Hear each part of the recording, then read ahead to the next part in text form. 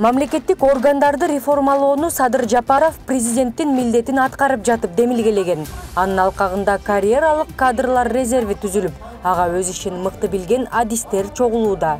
Жаңы конституцияны кабыл алынып, өкмөттүн түзүмү, башкаруу системасы жаңы түзүлгөндөн кийин, анан бардык министрликтен, бардык ушул салык органдарынан, бажы кызматынан, жана башка бардык тармактардан өзүнүн адистиги менен конкурс менен түз эфирге коюп туруп, адистерди тандап алып, мына ушул жол менен тазалайлы деп атабыз. Мамлекеттик кызматкерлердин билими жана тажрыйбасы ээлеген кызматына шайкеш келиши керек.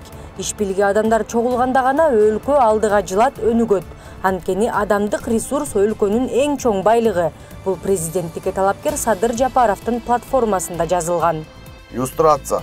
Бул жакпай калгандарды куугунтуктоо, кысымга алуу же өч алуу эмес. Тазалануу аркылуу жаңылануу. Кызмат бедели булганган мамлекеттик кызматкерлер кызматтан бошотулууга тийиш. Биз 5 жыл ичинде укук коргоо органдарынын курамын 50% жаңыртышыбыз абзел.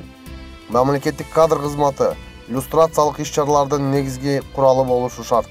Это в моем понятии иллюстрация тех людей. Менин түшүнүгүмдө иллюстрация ал адамдар коррупциялык кылмыштарга катышканбы, жокпу ушуну текшерүү. Ал эми Акаев же Бакиев убагында иштегенине көңүл буруу туура эмес. Өзүнүн ишин мыкты билген профессионалдар кайсы бийликтин тушунда болбосун иштей берет.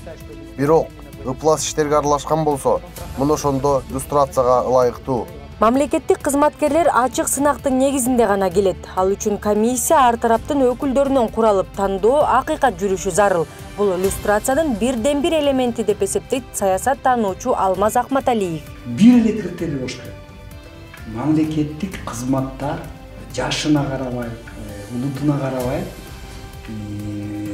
жынысына карабай күчтүүлөр иштеш керек. Мына эң жакшы иллюстрация ушул. Белгилей кетсек, өлкөдө 15 министрлик, 4 комитет, 11 мамлекеттик кызмат жана 6 фонд, инспекция бар. Анда жалпысынан 28 миңдей мамлекеттик жана муниципалдык кызматкерлер эмгектенишет.